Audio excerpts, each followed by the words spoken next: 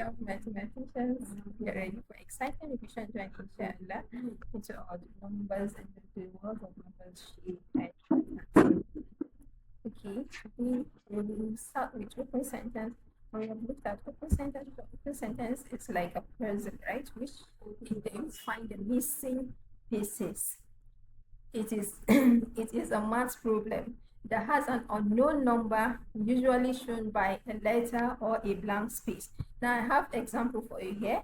3 plus, you see there's a question mark there, equal to 10. Now you're supposed to look for that question mark, and the next one is x minus 5 equal to 7. That's what number will you minus with 5 to get 7? You have to find that x. Our job is to find the missing number that is, to make the sentence true. Now we'll look at the next one. We said balancing equation. That's balance acts, making expression or an equality. Now what is expression? Expression is a mathematical sentence which is the combination of number and operations. When we say operation, we mean addition, subtraction, multiplication, division, and so we call them the basic operations. So we are going to, for example, we have 4 plus 5, and the next one is equality. When two numbers when two expressions have the same value, we say they are equal. We use the equal sign, that's the equality sign. You can see they're equal to. You can use that sign to show the sentence is balanced. We have 3 plus 5. You see the equal to is used there, equal to 9. Now balance it just like a seesaw. You know that seesaw game that you all play. Now that seesaw, both sides are equal, which must be of the same value. For example, we have 6 plus 2 equal to 5 plus 3. 6 plus 2 will give you 8, and 5 plus 3 will give you 8, which is equal to, and it is balanced. We have discovering number patterns. We have looked at patterns. Number patterns are sequence of numbers that follow a specific rule. Finding the rule helps us to predict the next number. When you get the rules, you look closely at the numbers, find out if you have if they are increasing or decreasing. What's the difference between the numbers, each number, and apply the rule to each of the next number. You can go through your notes. We have different examples. You can go through your textbook. You have different examples of pattern, and you can solve it. Now the next one, we have reading numbers up to 1000. We have learned about hundreds. We have learned about bigger numbers, 800, 1000. We have learned about place values, 100, tens, and ones. Reading numbers, we say the 100 first, followed by the tens and the ones. Writing numbers, how we write numbers, we have all learned about that. You can still go back through your notes and revise more on it. Now the next one, we have skipping of numbers. Skipping of numbers by 2s, by 5s, and by 10s.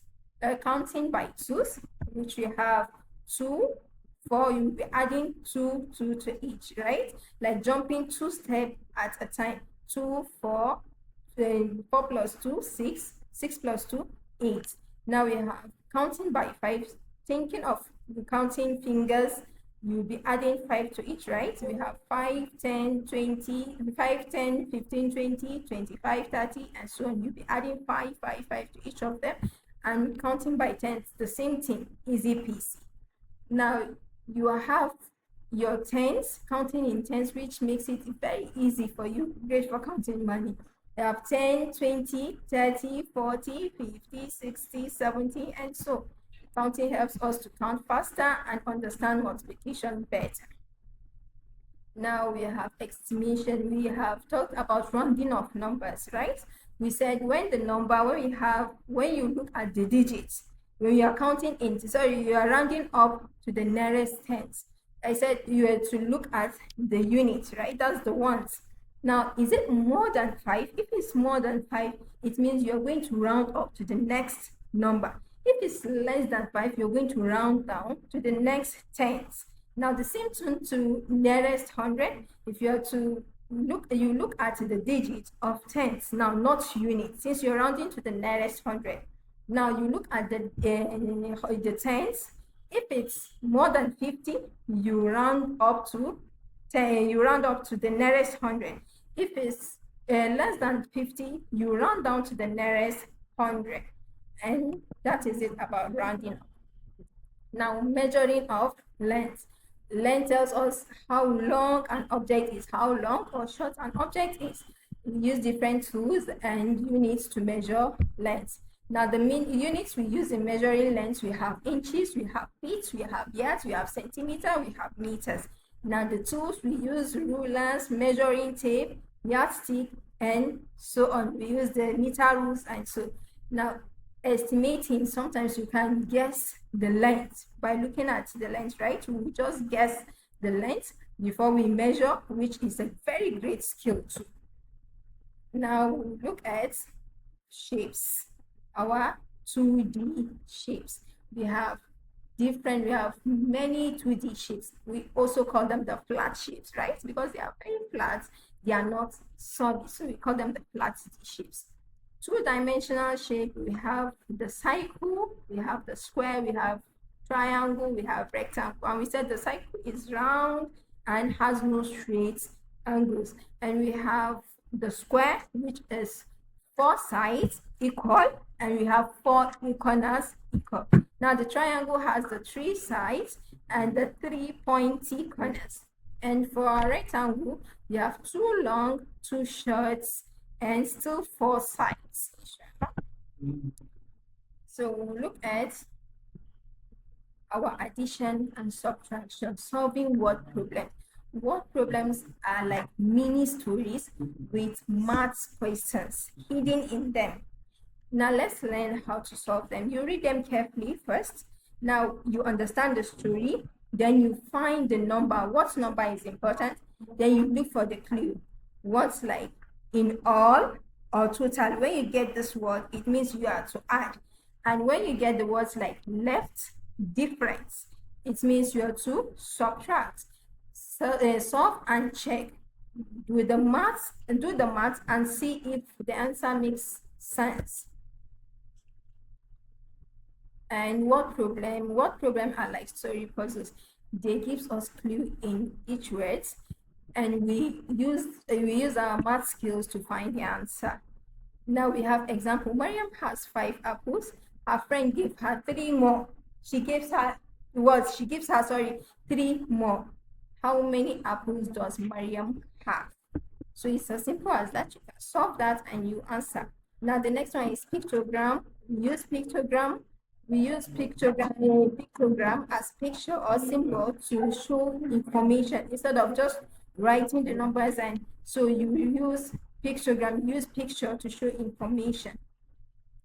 Now they are very, very easy to understand. You can turn and create your own pictogram. We have done that in the class, and I'm very sure you can create your own pictogram. Now we'll go to the bar graph. Sorry, before the bar graph, we'll go to tally. We have looked at tally, and we said tally uses marks, right? Instead of we use them to count things. Each mark means 1.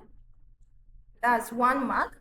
And when you have 5, you draw a diagonal line, or you draw a line across the 4 lines. That is tally. We have explained tally.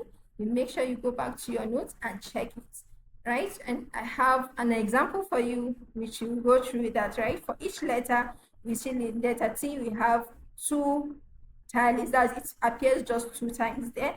For letter H, it appears 2 times 2, and so on. Then we go to the next one. That's the bar graph. The bar graph uses bar of different heights, lengths to show and compare data. They make it easy to see and to see which category has the most or the least. Now you read your bar graph, and after your pictogram, you still read your bar graph, and you're going to create your own bar graph using the other one. You answer this, then you create your own bar graph for me. But the question I asked, I want to see the answers in your comment section, please. Now you design your own bar graph. I want to see your designs of your bar graph, and I want it to be a mashallah. Inshallah, I wish you the best in your exams and your revision. You make sure you go through your textbooks and your exercise that we did in the class. Please study hard. I will meet you at the comment section, inshallah. If you have any question, you feel free to ask.